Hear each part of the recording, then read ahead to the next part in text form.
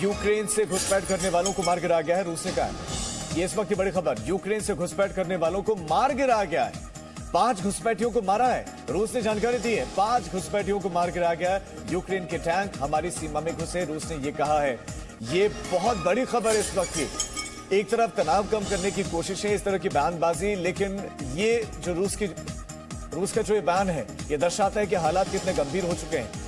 रूस ने कहा कि यूक्रेन से घुसपैठ करने वालों को हमने मार गिराया है। उनकी संख्या 5 बताए जा रहे हैं। उन 5 घुसपैठियों को मार गिराया गया है।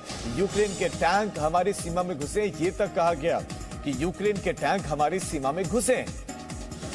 ये बड़ी खबर इस वक्त। रूस सेना जो है सैन्य अभ्यास लगातार कर रहा है। America, European countries, NATO countries लगातार इसको देख रहे हैं, चिंताएं व्यक्त कर रहे हैं। यूक्रेन चिंताएं व्यक्त कर रहा है।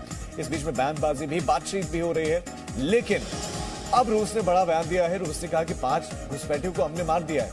ये वो घुसपैठिए हैं जो रूस की सीमा में दाखिल हो रहे थे। और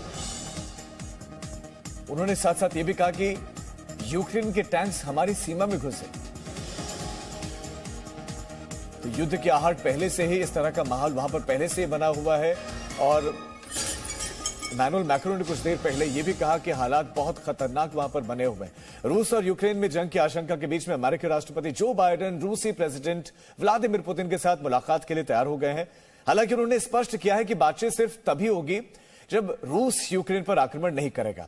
फ्रांस के राष्ट्रपति इमैनुअल मैक्रों इस जंग के खतरे को टालने में अहम भूमिका निभा रहे हैं। लेकिन इस बीच में यूक्रेन के बॉर्डर पर लगातार गोलीबारी हो रही है।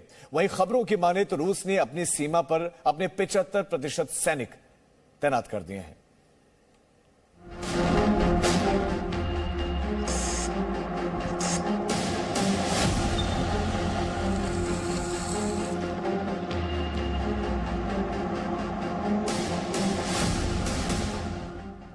रूस और यूक्रेन के बीच तनाव से तीसरे विश्व युद्ध की आशंका बढ़ती जा रही है।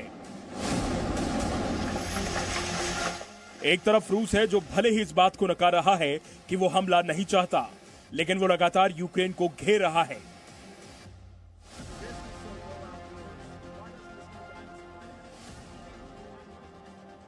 तो दूसरी तरफ अमेरिका, फ्रांस और ब्रिटेन जैसे देश हैं जो एक तरफ रूस को चेतावनी देते हैं तो दूसरी तरफ युद्ध की नौबत आने पर यूक्रेन को समर्थन का संकेत भी देते हैं।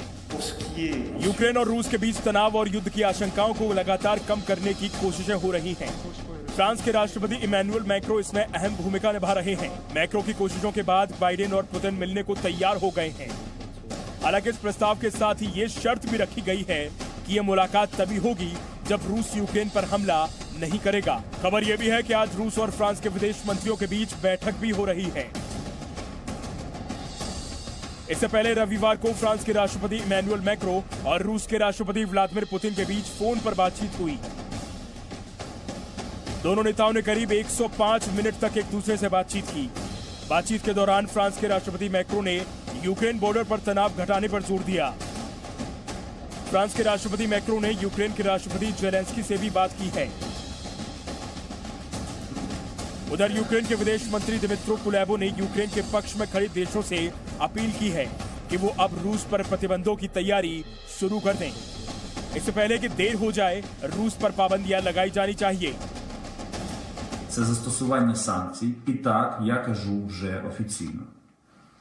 Є всі підстави для застосування принаймні частини санкцій, підготовлених для Росії зараз. Це наша принципова позиція.